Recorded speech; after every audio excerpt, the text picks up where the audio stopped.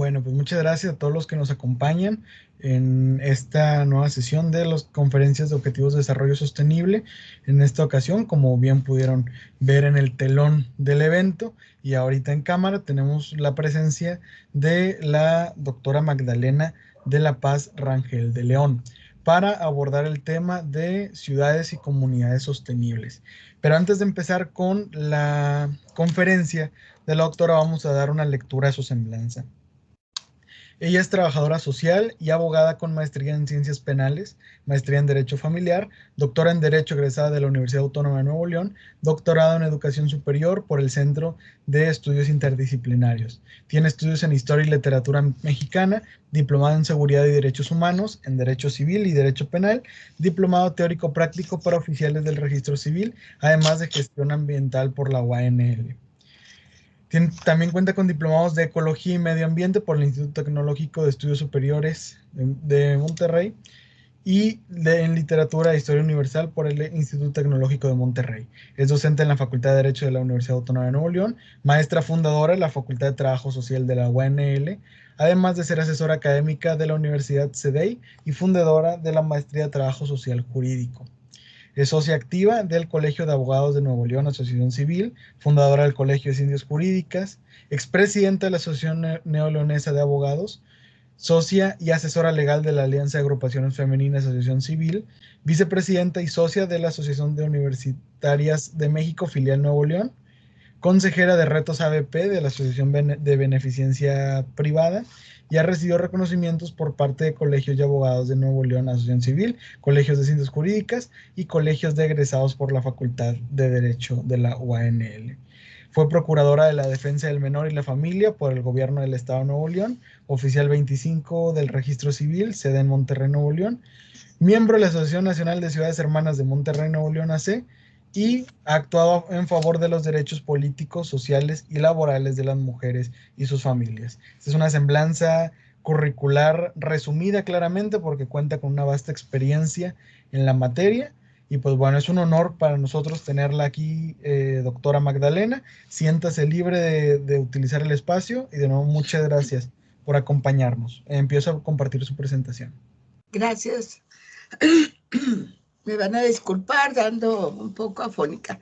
Bueno, pues primero que nada, los saludo a todos los participantes con respeto y agradezco a su organización cultural la amable invitación a comentar con ustedes algunos aspectos sobre el desarrollo sustentable. Un tema muy de actualidad, aparentemente, pero ya tenemos muchos años de estar trabajando en este rubro con respecto a tener no solo sustentabilidad para las generaciones futuras, sino para lograr un bienestar a toda la generación actual y la que viene. Agradezco su atención y más agradeceré sus comentarios y preguntas al respecto.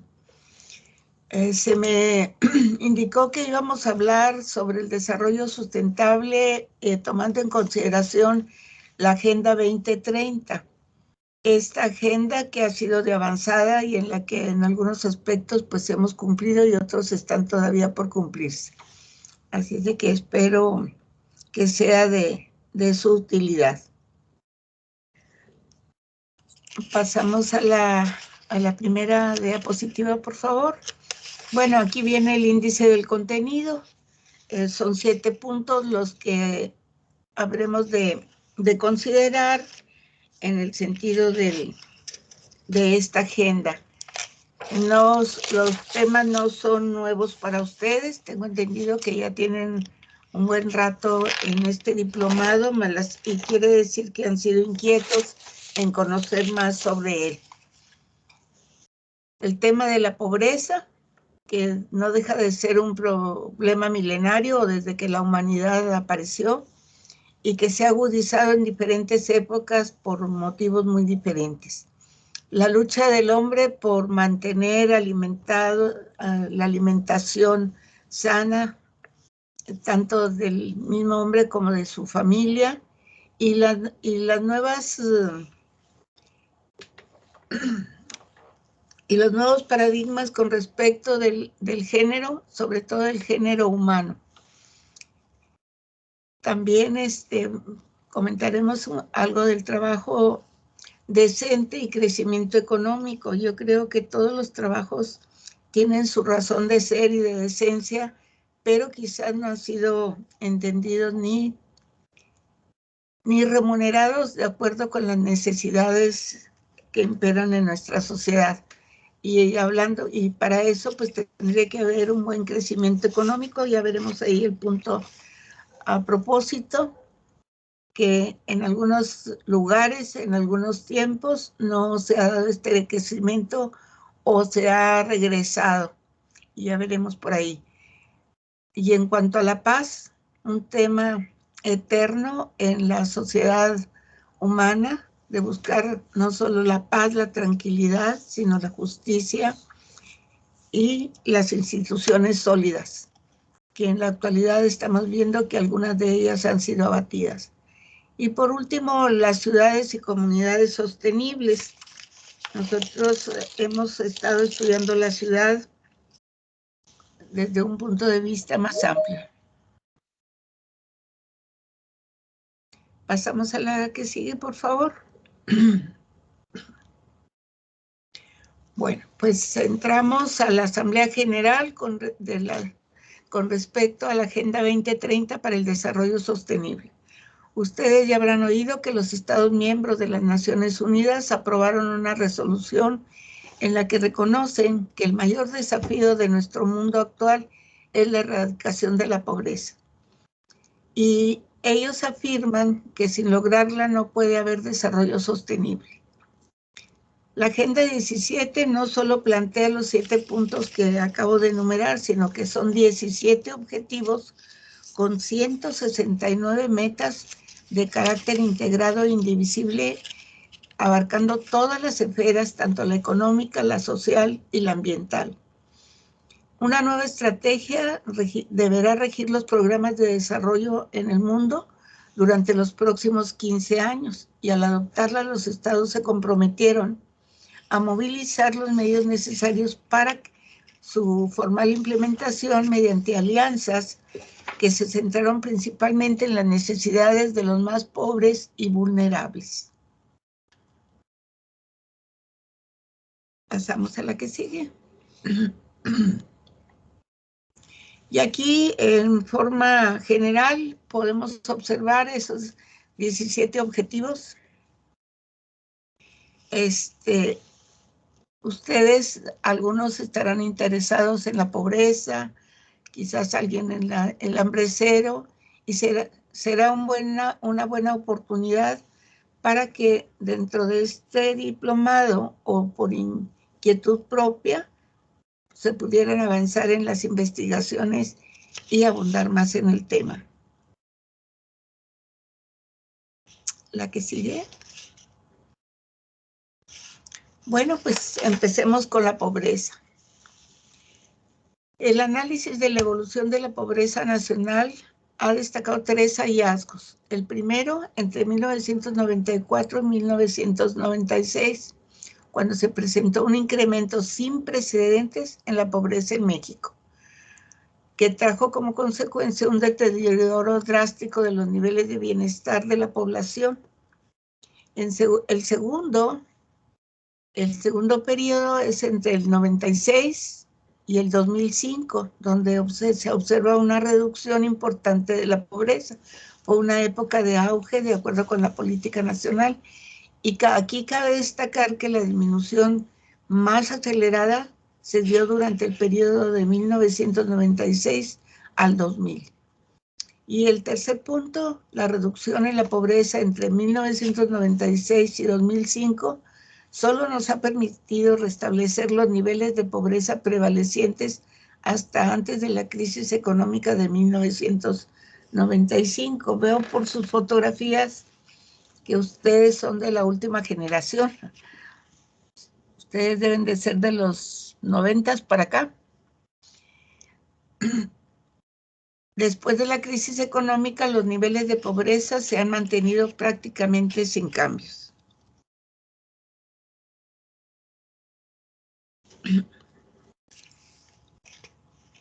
Pasamos a la que sigue, por favor.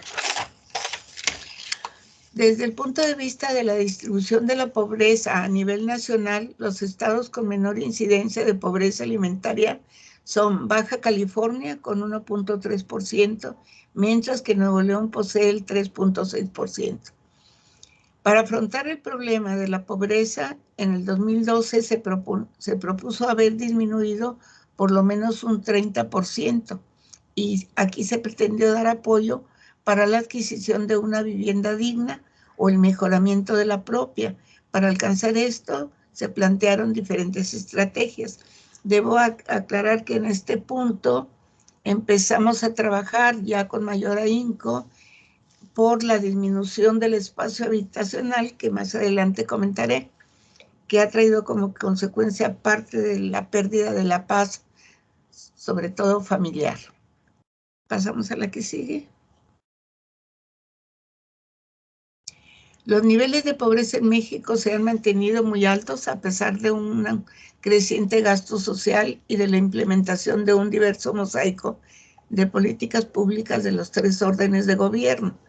Hoy, la pobreza además tiene otros rostros y modalidades que están vinculadas a los nuevos patrones de consumo, sustentados en bienes y servicios cada vez más sofisticados.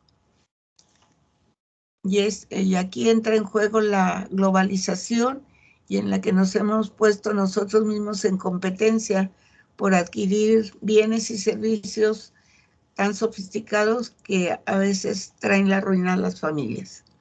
Pasamos al que sigue.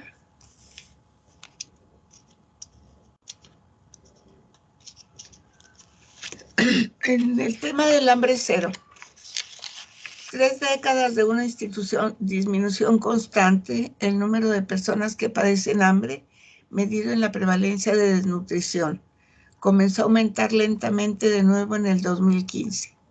Las estimaciones actuales indican que cerca de 690 millones de personas en el mundo padecen hambre, es decir, el 8.9% de la población mundial, lo que supone un aumento de unos 10 millones de personas en un año y de unos 60 millones en 5 años. Esto agravado en algunos países que las consecuencias ambientales pues traen las sequías y la pobreza de la tierra y las grandes migraciones de algunas etnias. Pasamos al siguiente. ¿Cuáles son estos puntos más destacables de este tema? 1 de cada 9 personas en el mundo está subalimentada, y en la actualidad esto es alrededor de 815 millones de personas en el mundo. La mayoría de las personas que sufren de hambre viven en los países en desarrollo, donde el 12.9% de la población se encuentra subalimentada. La pobre nutrición causa cerca de la mitad, 45%, de las muertes en los niños menores de 5 años, menos 3.1 mil niños cada año.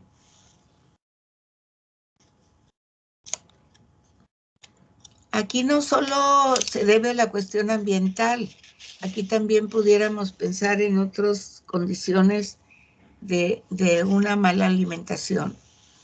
¿Cuáles son las metas de la Agenda 2030?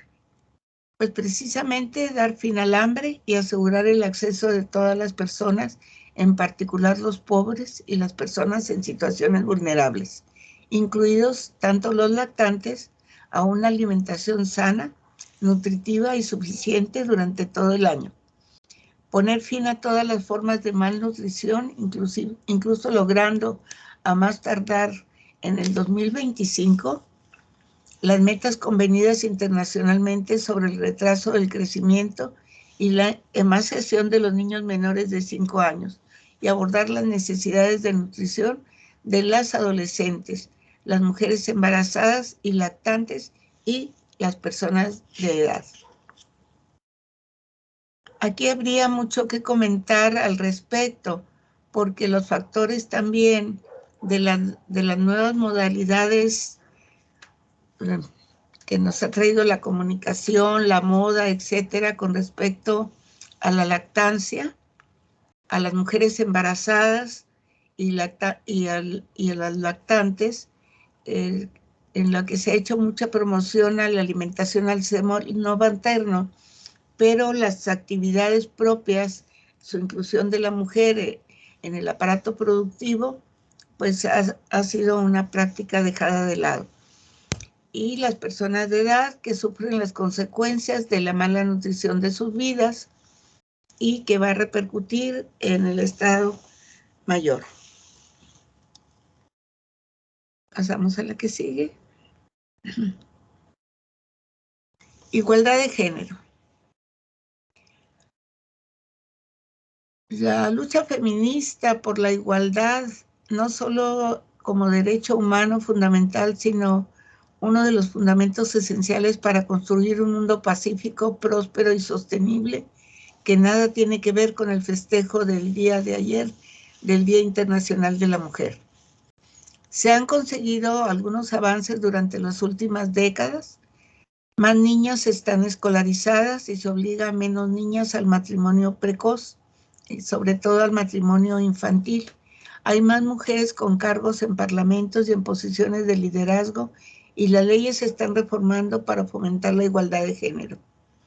En este sentido, yo pienso que si bien no hemos logrado al 100% el objetivo, hemos avanzado considerablemente y pudiéramos avanzar más si no masculinizáramos la lucha femenina, sino que viéramos que somos solo la otra mitad y que podemos lograrlo en comunión con la otra mitad para lograr la igualdad.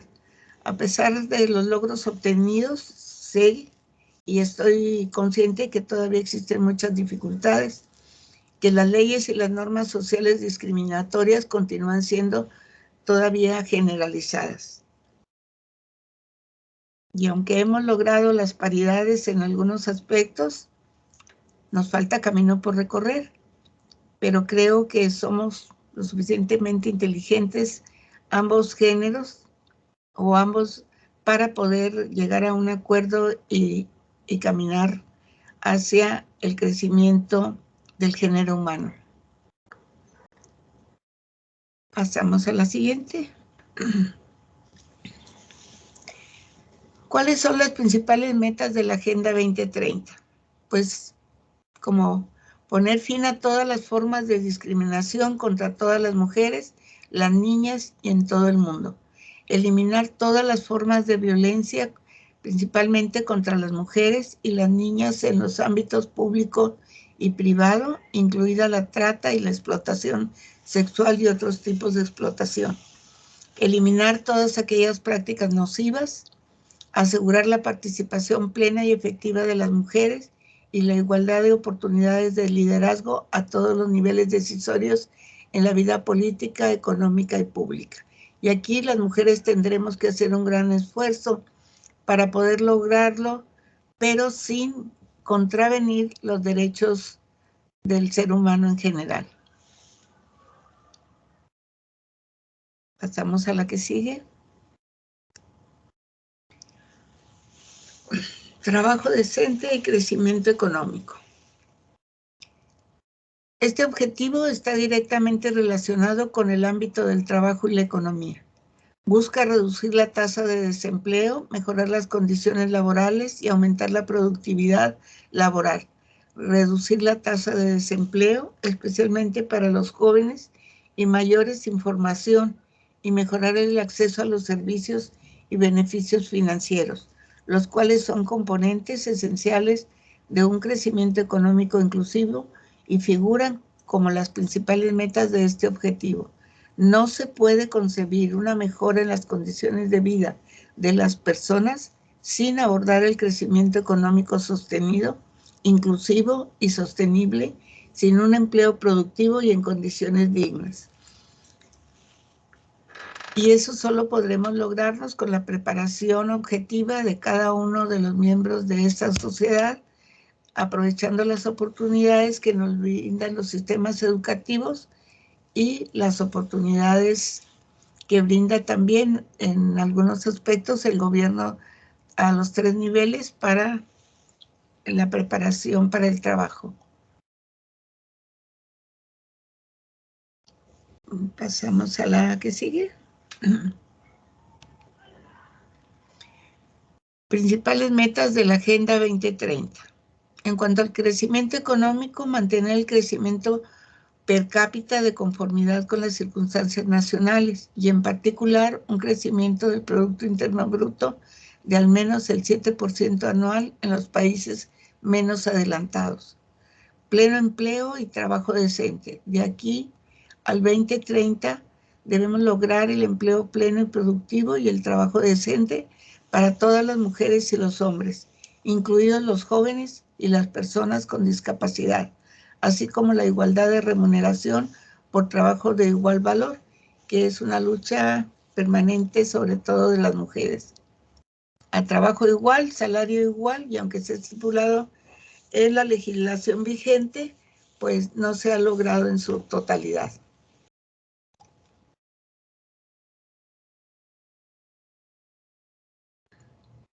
Pasamos a la que sigue.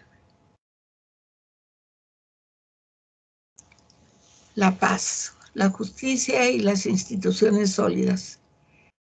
Claro que sin paz, estabilidad, derechos humanos y gobernabilidad efectiva basada en el Estado de Derecho, no es posible alcanzar el desarrollo sostenible. Vivimos en un mundo cada vez más dividido. Algunas regiones gozan de niveles permanentes de paz, seguridad y prosperidad, mientras que otras caen en ciclos aparentemente eternos de conflicto y violencia, y de ninguna manera se trata de algo inevitable y debe ser abordado. Vivimos tiempos difíciles, sobre todo las repercusiones que pueda tener hasta nuestras tierras el conflicto bélico que hay ahora en la Europa occidental entre Rusia y Ucrania, que ya está afectando a los países vecinos y que esperamos no afecte a la economía de América.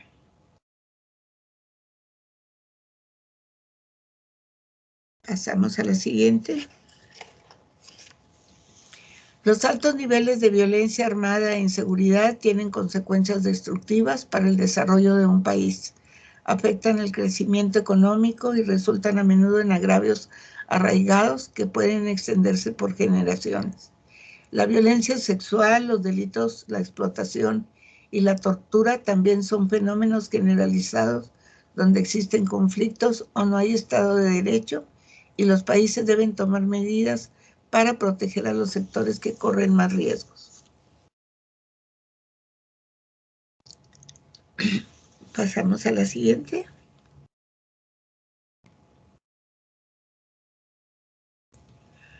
Los Objetivos de Desarrollo Sustentable buscan reducir sustancialmente todas las formas de violencia y trabajan con los gobiernos y las comunidades para encontrar soluciones duraderas a los conflictos e inseguridad.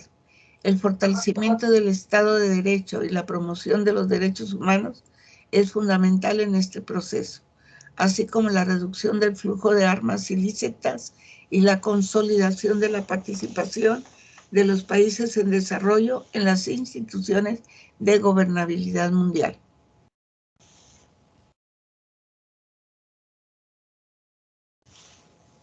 Continuamos. Ciudades y comunidades sostenibles. El Plan Nacional de Desarrollo de 1982 a 1988 propuso como objetivo fundamental para la política demográfica superar un planteamiento cuantitativo a uno cualitativo, es decir, consistente en contribuir a elevar las condiciones culturales, sociales y económicas de la población. Según ese Plan Nacional de Desarrollo, se lograría a través de la regulación de los fenómenos demográficos con el fin de influir en el crecimiento natural de la población en forma libre, paulatina y diferenciada, e inducción del cambio social y demográfico con el fin de incrementar el bienestar general de la población. Y básicamente este plan de desarrollo pues retomó la idea de los años anteriores, allá por los 70s, cuando se empezó con los programas de planificación familiar voluntaria, no obligatoria, no control de la natalidad, sino planificación familiar. Y empezaron a darse conferencias y prácticas en organizaciones y clínicas, hospitales y aún en las escuelas, a fin de lograr que el objetivo de que la familia pequeña vivía mejor. Y si bien hubo una disminución en la natalidad, se dejó en la libertad de que cada quien podía tener la familia que desea, y quedó plasmado en el artículo 4 constitucional de que el hombre y la mujer tienen la oportunidad de tener los hijos que espaciados o que ellos consideren que pueden atender integralmente. Y eso trajo como consecuencia una disminución. Y también las condiciones de vivienda aquí cambiaron, porque familias pequeñas ya no requerían de una casa enorme como las anteriores de los abuelos. Según ese Plan Nacional de Desarrollo, se lograría a través de la regulación de los fenómenos demográficos con el fin de influir en el crecimiento natural en forma libre, paulatina y diferenciada, e inducción al cambio social y demográfico con el fin de incrementar el bienestar general de la población. Y creo que de alguna manera se logró con otros apoyos que se dieron también con las guarderías infantiles o las casas de cuidado para adultos mayores, para que las personas en edad productiva pudieran trabajar con mayor tranquilidad, teniendo a sus familias menores o mayores a buen resguardo. Pasamos a la que sigue. Dentro del capítulo 4 de este plan, denominado Desarrollo Social, se señala que el objetivo de la política de desarrollo social es el de propiciar la igualdad de oportunidades y de condiciones que aseguren a la población el disfrute de los derechos individuales y sociales que establece la Constitución, elevar los niveles de bienestar y la calidad de vida de los mexicanos, disminuir la pobreza y la exclusión social. Para tal efecto se ampliará y mejorará la educación, la salud y la vivienda, entre otros aspectos. Recordemos que aquí en nuestro Estado mexicano, con instituciones como el Seguro Social, que empezó en el año de 1943, 1942 y ya en efectivo desde 1943, que fue una consecuencia también de la revolución que hiciera Otto von Bismarck en Alemania al crear un seguro para proteger los trabajadores y su familia, y que México hizo eco con la creación aquí del Instituto Mexicano del Seguro Social. El Infonavit, que ha sido otra de las instituciones creadas para que los ciudadanos trabajadores obtengan dentro de sus prestaciones la vivienda digna, con facilidades para obtenerla. Y aquí en el estado pues hubo empresas pioneras como la Cervecería Cuauhtémoc, como Fundidora de Fierro y Acero de Monterrey, hoy desaparecida, que se adelantaron a la creación del Infonavit, y ellos crearon vivienda digna para sus trabajadores con grandes facilidades. Y tenemos ejemplos aquí muy buenos, como la colonia Cuauhtémoc, por ejemplo, en San Nicolás, la colonia Buenos Aires en Monterrey, y otros desarrollos urbanos de habitacionales que han dado patrimonio a los trabajadores.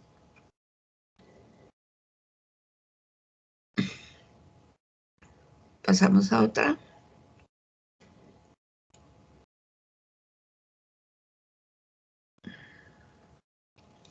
En los últimos años, el crecimiento de la mancha urbana de Monterrey fue un tanto desordenado por no prever la explosión de transporte, y más que la explosión del transporte, de las necesidades del transporte.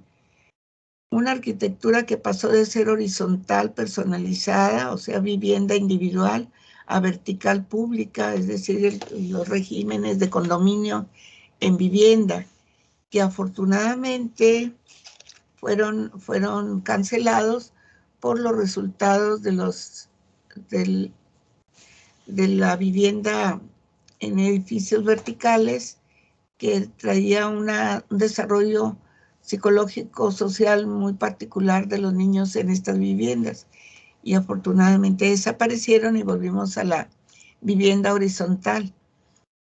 Edificios de oficinas, ahora los migrantes, el comercio informal y consecuentemente aumento de población, que ha incrementado también el consumo de drogas, las casas más pequeñas, causando hacinamiento y disminución de espacios recreativos, que desembocaron en el estallamiento urbano de la violencia y criminalidad que ahora nos caracteriza.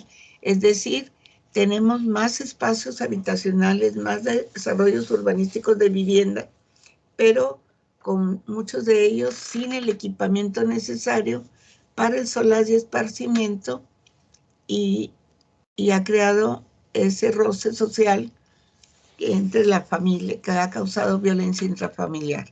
Afortunadamente, aunque por un tiempo se autorizaron viviendas en 32 metros,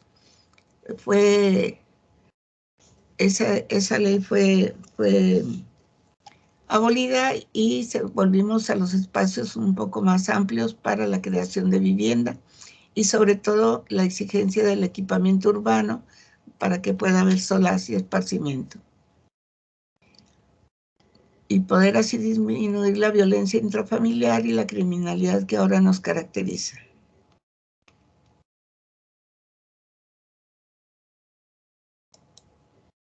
¿Continuamos? Los 7 municipios de la mancha urbana de Monterrey muy pronto se vieron urbanizados en más del 80% de sus territorios, y no hay fomento adecuado que regule el equipamiento de infraestructura para futuros asentamientos humanos. Otras variables que intervinieron para que las familias en viviendas más chicas se transformaran dentro de las ciudades sería que los jóvenes matrimonios tenían otras aspiraciones con el acceso a métodos anticonceptivos, controlaron el número de hijos, la necesidad que la mujer pusiese en práctica sus estudios profesionales y se incorporara al trabajo la alejó de los hijos, y también cambió el rol masculino, y casi todos los países en vías de desarrollo el gobierno modificó sus esquemas poblacionales. Esa ha sido otra de las consecuencias que vinieron a transformar, y el no respeto a la planeación urbana. Me tocó en suerte participar en el primer plano regulado, siendo alumna de la Escuela de Trabajo, la entonces Escuela de Trabajo Social de la universidad, y todas las escuelas y facultades, los alumnos de los últimos grados participamos en el levantamiento del censo para elaborar el plano regulador del crecimiento urbano en Monterrey. Desgraciadamente no se respetó.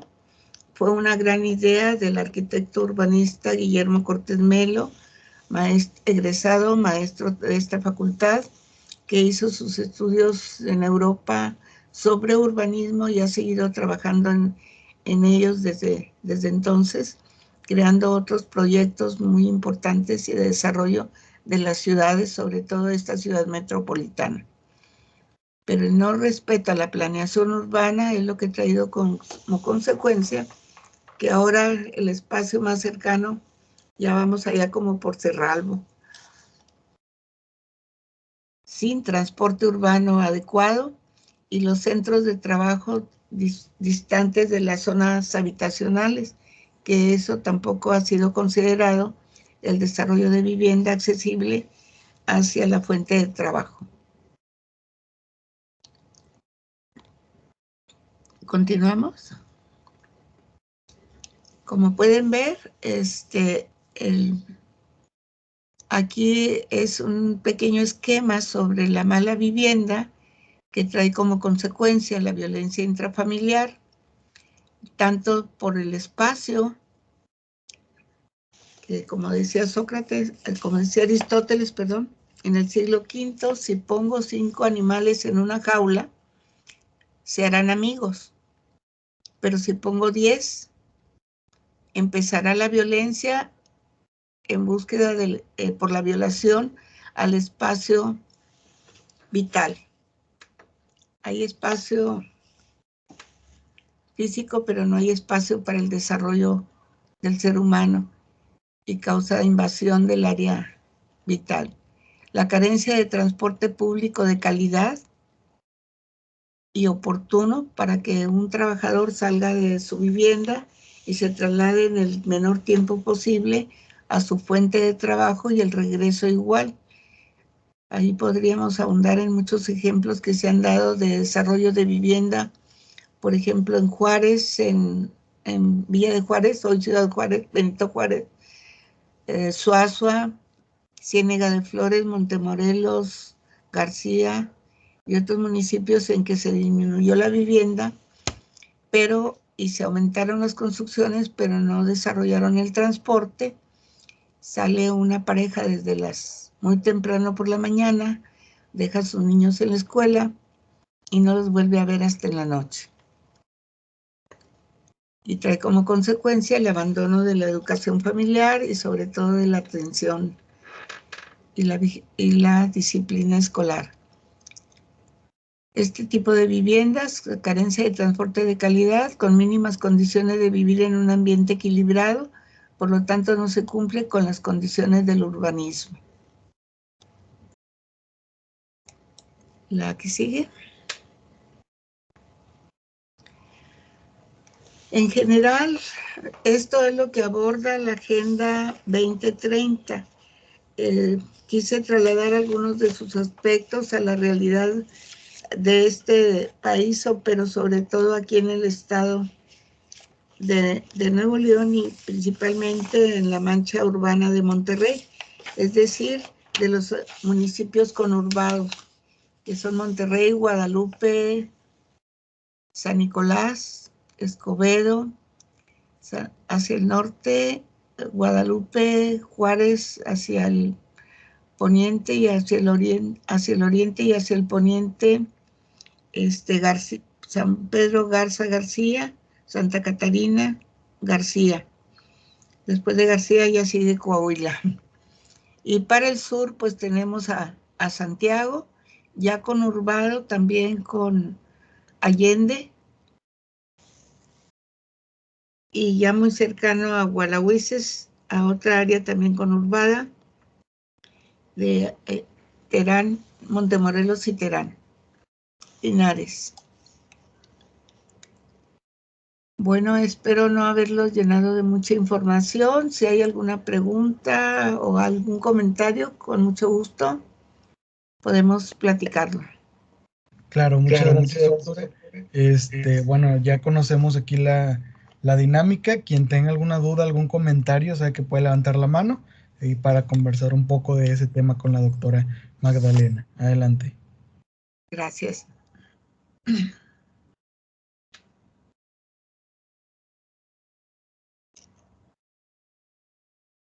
Adelante. ¿Qué grados son ustedes? Sí, Rey. Ok, muy buenas noches, doctora. Muchas gracias por esta charla. Y una de las preguntas que me surgió en esto, en cuanto a lo que es la vivienda, recordemos que las grandes ciudades, pues, no estaban bien diseñadas porque, pues, los terrenos o las tierras se empezaron como a expropiar las grandes empresas para poder construir viviendas para las personas. Y ahora pues la mayoría de nosotros vive inclusive en una caja de zapatos casi casi porque el diseño será muy bonito por fuera, pero por dentro la distribución es completamente muy chiquito. A lo mejor doy un paso y ya estoy en la cocina, yo doy otro paso y ya estoy en la sala, doy otro paso y ya estoy en el baño. Entonces casi está todo junto con pegado. Y en esta parte de las grandes ciudades y de las manchas urbanas que están apareciendo, ¿cómo pudiéramos o cómo se pudiera mejorar una vivienda digna para personas, inclusive aunque no sean muy grandes las familias, inclusive para una familia pequeña, cómo pudiera ser esto. Es todo cuanto. Gracias. Pues precisamente fue mi tema en la tesis doctoral de Derecho, que batallé para que me la aceptaran, porque me decía el sínodo doctoral que era una tesis más que nada sociológica, considerando que antes que abogada soy trabajadora social.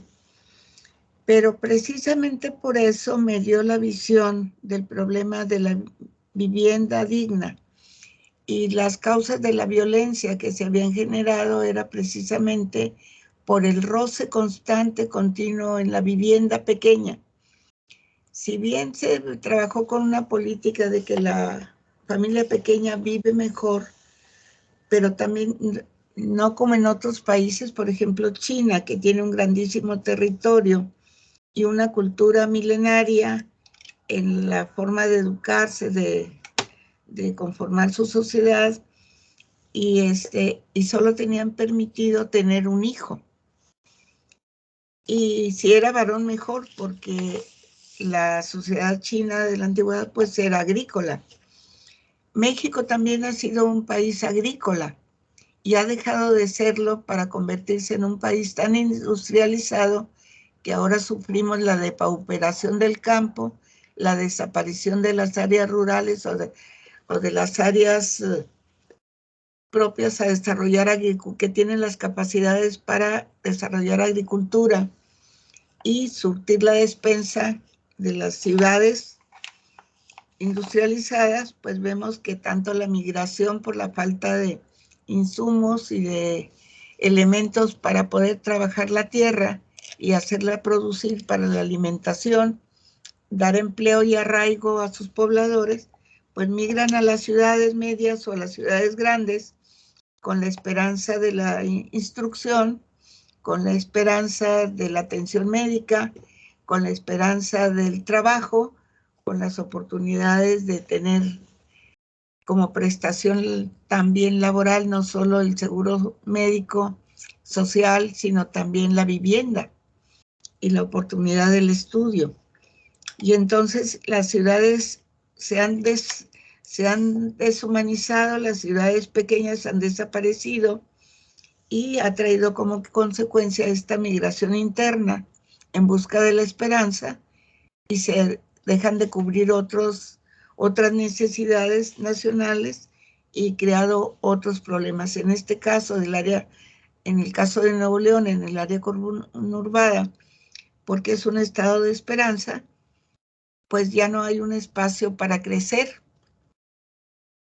Ya la ciudad está conurbada. Monterrey ya una calle o una acera divide al siguiente municipio. Y nos conurbamos. Monterrey, San Nicolás, Escobedo, acá por el norte llega hasta Ciénega de Flores. Para acá tenemos Monterrey, Guadalupe, Juárez, Cadereyta.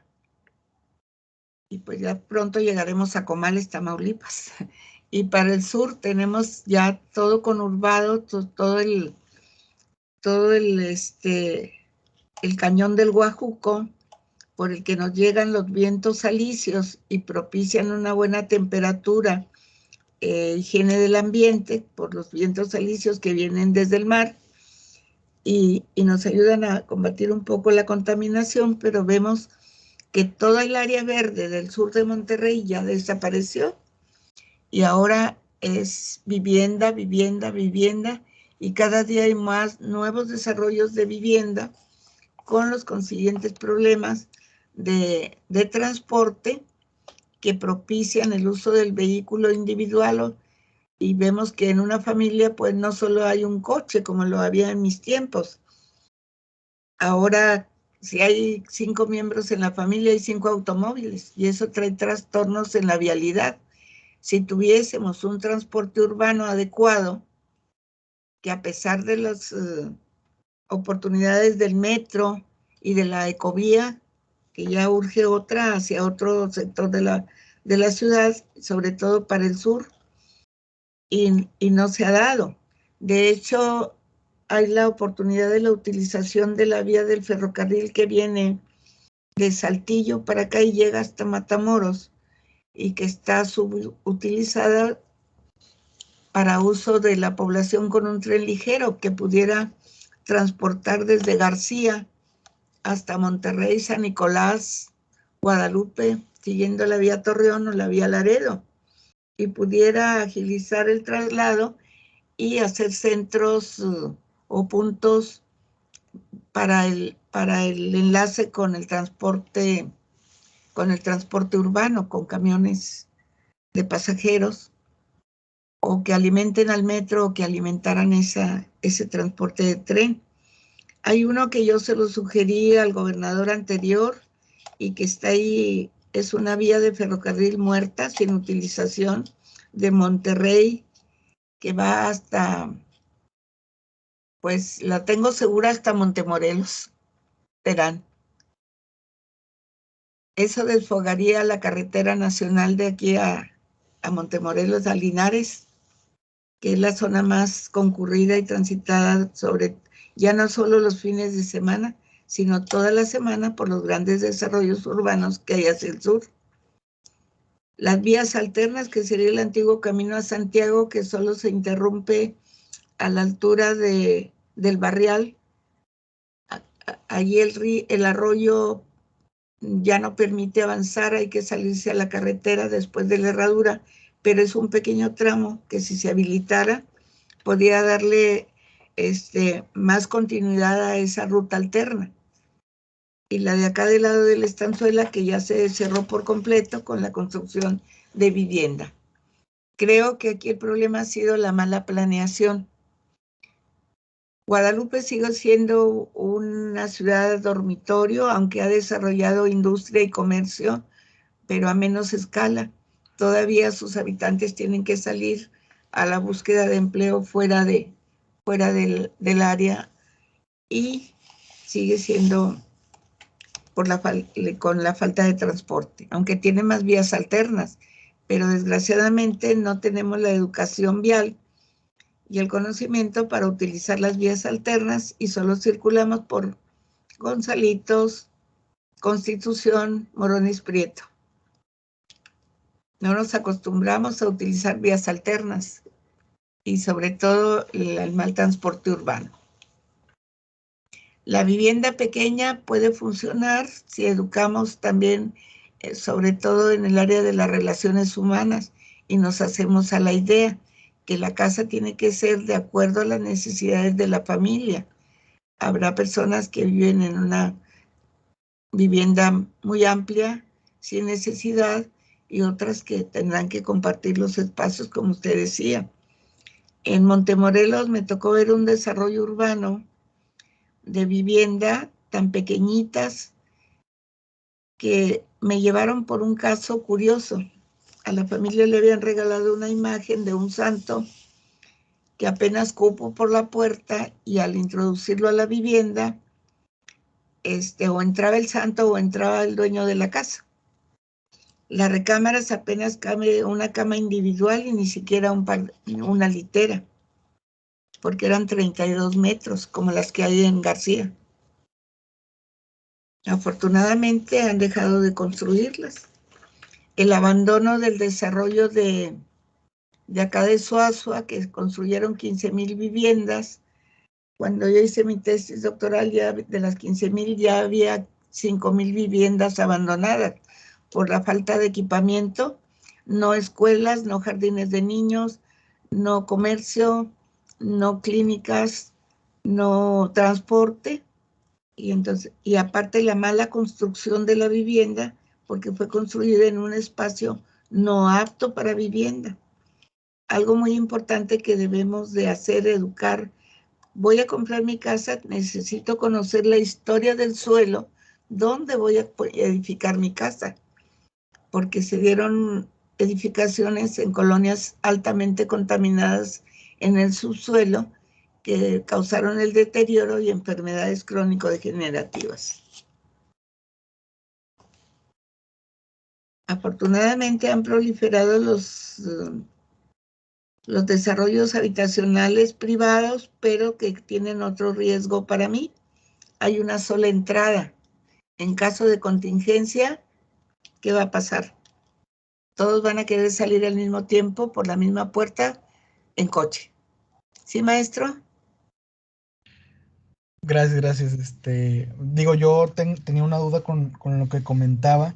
Digo, maestro todavía no, muchas gracias. Yo tenía una duda con lo que comentaba acerca de las viviendas verticales o los espacios departamentales, las unidades habitacionales, porque es una tendencia de vivienda que se ve en grandes urbes. Digo, podemos hablar nacionalmente, la Ciudad de México, que cuenta con grandes y muy extensas unidades habitacionales, y también pues, urbes como lo puede ser Nueva York, como lo puede ser San Francisco, en las que el vivir en un departamento, el vivir una familia completa en un departamento es lo común. Sin embargo, en Nuevo León todavía es algo pues, mal visto o que no se acostumbra. eh, ¿Por qué es esto? ¿Y qué es lo que detiene a los neoleoneses para utilizar este tipo de viviendas? Y en su caso, pues, ¿qué otras desventajas traen? ¿Y qué ventajas también tienen? Bueno, aquí le voy a contar parte de mi historia personal. Algo tiene que ver mucho la cultura, la formación. No podemos comparar la cultura norteamericana con la china o la francesa, la europea, la sudamericana, con la mexicana. Nosotros crecimos, no, nuestros ancestros, en grandes espacios, en viviendas amplias, con patio tras patio, corral, etcétera. La vivienda, con el paso del tiempo y la incorporación, sobre todo también de la mujer, al aparato productivo, vino cambiando de que una vivienda enorme pues ya no tenía tiempo de limpiarla o de arreglarla, y las familias fueron disminuyendo. Además, personal para ayuda en el mantenimiento del aseo y de la casa, también hay otra crisis para el trabajo domiciliario, ¿sí? Porque tampoco damos cabal cumplimiento a las disposiciones legales de protección al personal que trabaja en casa. Y eso también trae como consecuencia que pues busquemos un espacio menor. Aquí en Monterrey, en los 60s, en la época de gobierno de John F. Kennedy en Estados Unidos y López Mateos en México, lograron un acuerdo de la Alianza para el Progreso. No sé si habrán oído hablar de él. Esta alianza se dio entre los países, sobre todo propiciado por el país del norte, para mejorar las condiciones de vida de México y Sudamérica. Y se crearon los primeros edificios habitacionales, como fueron los condominios Constitución aquí en la ciudad.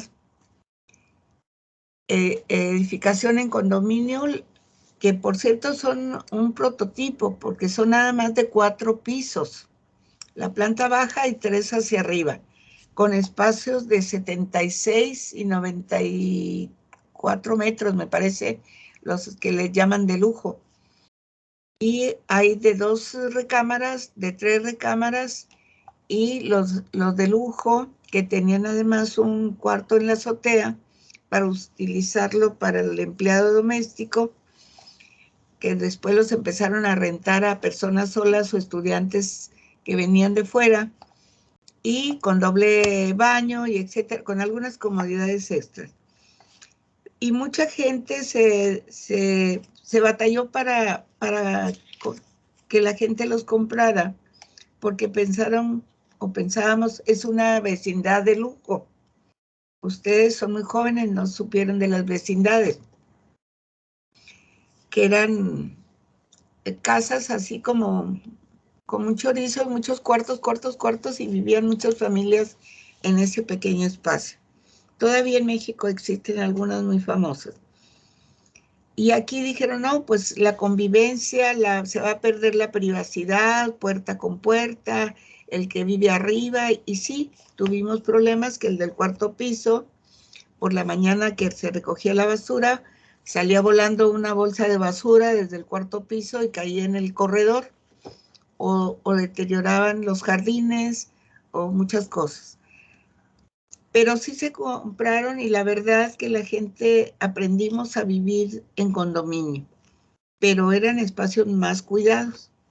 Cuando les aumentaron, como los de Valle Verde, en edificios donde eran mucho más pisos, con espacios menores, pues también ahí surgieron las dificultades de roce, porque no barrías la escalera, porque no había alumbrado, porque no había seguridad. Y uno de los problemas que se generaron fueron por la falta de cumplimiento en el pago del mantenimiento, que cada departamento tenía que pagar una cuota a la administración del edificio para efecto de propiciar el cuidado de los jardines, el alumbrado y la colecta de basura y la seguridad. Y muchos empezaron a no pagar, empezaron a protestar, hubo reclamo de los trabajadores de la administración y demandas laborales que trajeron como consecuencia la pérdida del edificio administrativo. Y quiero decirle que en los últimos 50 años nadie paga mantenimiento. Cada quien puede o no barrer su espacio, o de poner una planta o no ponerla, digo, ya depende del vecino. La falta de educación para vivir en condominio. La proliferación de nuevos edificios ahora son viviendas, pues, por la necesidad de las distancias. Número 1, nadie se quiere ir a vivir a Ciénega de Flores, o a Cadereyta, o a Juárez, porque no hay transporte, porque no hay equipamiento. Las clínicas, hospitales, escuelas, empleos están lejos. Y el automóvil, pues, se ha convertido también en un problema por la falta de vialidad o buenas vialidades, sumamente caro. La cuota de mantenimiento en un edificio de vivienda de condominio es puedes comprar el departamento, lo puedes pagar inclusive de contado o liquidarlo en un tiempo prudente para tu economía, pero tienes que pagar el mantenimiento, o sea que vas a seguir pagando renta de por vida. Y sé de personas que pagan 20 y tantos mil pesos mensuales por el mantenimiento del edificio, para pagar la vigilancia, para pagar el mantenimiento de la jardinería, la seguridad y el exterior. Entonces, vivir en condominio en los nuevos edificios, pues es sumamente oneroso, y todavía hay quien está buscando casas unifamiliares, que están bastante lejos. No sé si contestó la pregunta. No estamos preparados para ese tipo de vivienda todavía. De acuerdo, doctora. Muchas gracias por la respuesta. Y por la respuesta también para Rey Arturo, que hacía una pregunta antes de mí. ¿Alguien más tiene alguna duda, alguna pregunta para la doctora? Ya se cansaron. Los temas de esta agenda, jóvenes, es muy interesante, y la respuesta está en sus manos. No sé si haya más preguntas. Parece que ya no, doctora.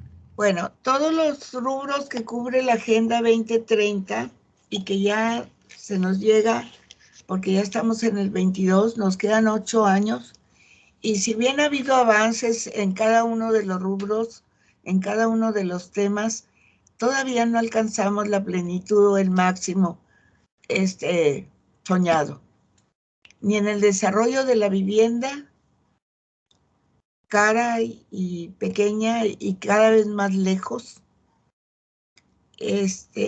si observan, por ejemplo, la colonia Cuauhtémoc en San Nicolás, que se construyó pues hace más de, allá por los 60, 50, 60, el terreno era enorme, tanto que ahora los papás o las personas que eran trabajadores tanto de cervecería como de hojalata y lámina, IMSA, toda esa industria de por ahí se han construido 3 y 4 viviendas unifamiliares.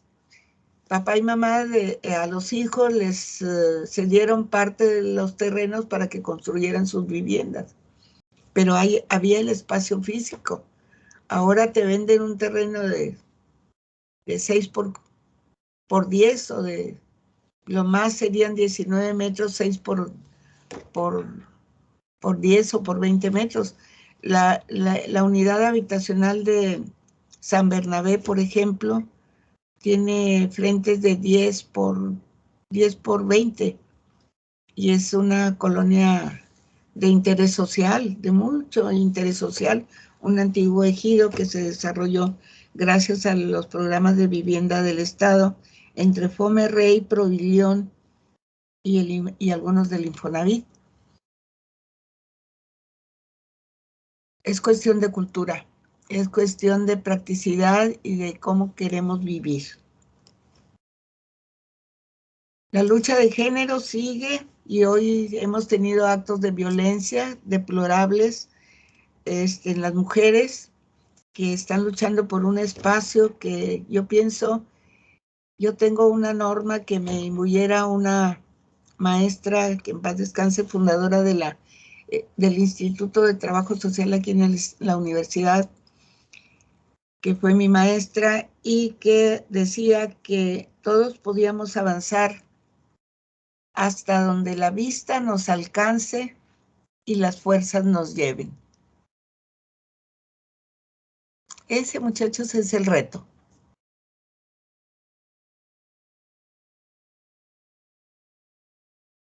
Podremos llegar tan lejos como nosotros queramos, tan lejos hasta donde nuestro esfuerzo nos lleve.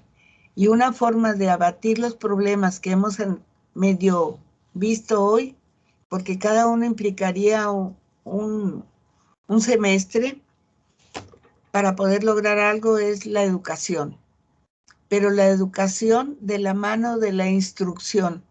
Recordemos que la educación es de casa, es de familia. Y coadyuva la creencia religiosa de cada quien en esa educación. Y el Estado instruye. Y lo que nos queda de la instrucción y de la educación es la cultura. Pero si nos falla la educación o nos falla la instrucción, ¿dónde queda la cultura? El mundo futuro es de ustedes y nosotros tenemos que trabajar para que les sea sustentable. Necesitamos cuidarlos. Esa sustentabilidad la tenemos que poner las bases los mayores, pero los jóvenes tendrán que saber administrarla para que puedan también generarla hacia las futuras generaciones. Entonces tenemos una gran responsabilidad social para tener un mundo futuro mejor. Y de nuestra capacidad de análisis, de estudio, de compromiso, en cuanto a nuestra responsabilidad social, chicos, el mundo es de ustedes, ¿cómo lo quieren? Y tendrán que empezar a trabajar para mejorarlo. Y la única forma, pues, es a través del conocimiento. Muchas gracias por esta conclusión que nos hace, doctora. Si ustedes, yo voy de salida, ustedes están llegando, pero aquí mientras estoy a sus órdenes y cualquier cosa en la que pueda hacerles útiles, con mucho gusto. Y ya le comentaba a Jesús Américo Salazar, gracias por la invitación, estoy a sus órdenes y ojalá formemos ese grupo de estudiosos, pero además investigadores. necesitamos investigar, necesitamos proponer y ustedes tienen las capacidades y las fuerzas suficientes para lograrlo. Sí, muchísimas gracias de verdad, doctora, por... Espero que les haya sido de utilidad. Bastante, bastante. La verdad agradecemos mucho que nos haya dedicado el tiempo, que nos haya dedicado un espacio dentro de su muy ocupada agenda para poder platicar de estos temas.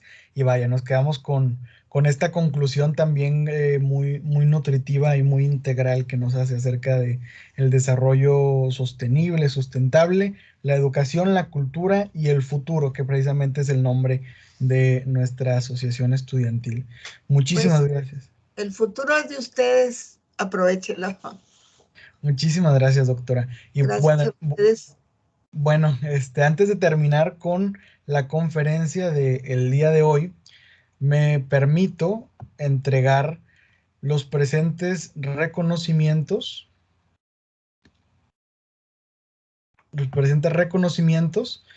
primero por parte de la Asociación Estudiantil Futuro, a usted, doctora Magdalena de la Paz Rangel de León, por haber participado en las conferencias de Objetivos de Desarrollo Sostenible con el tema número 11, Ciudades y Comunidades Sostenibles, fechado el 10 de marzo del 2022, firmado por el vicepresidente Raúl Rojas y su servidor Américo Salazar, presidente de la Asociación Estudiantil Futuro.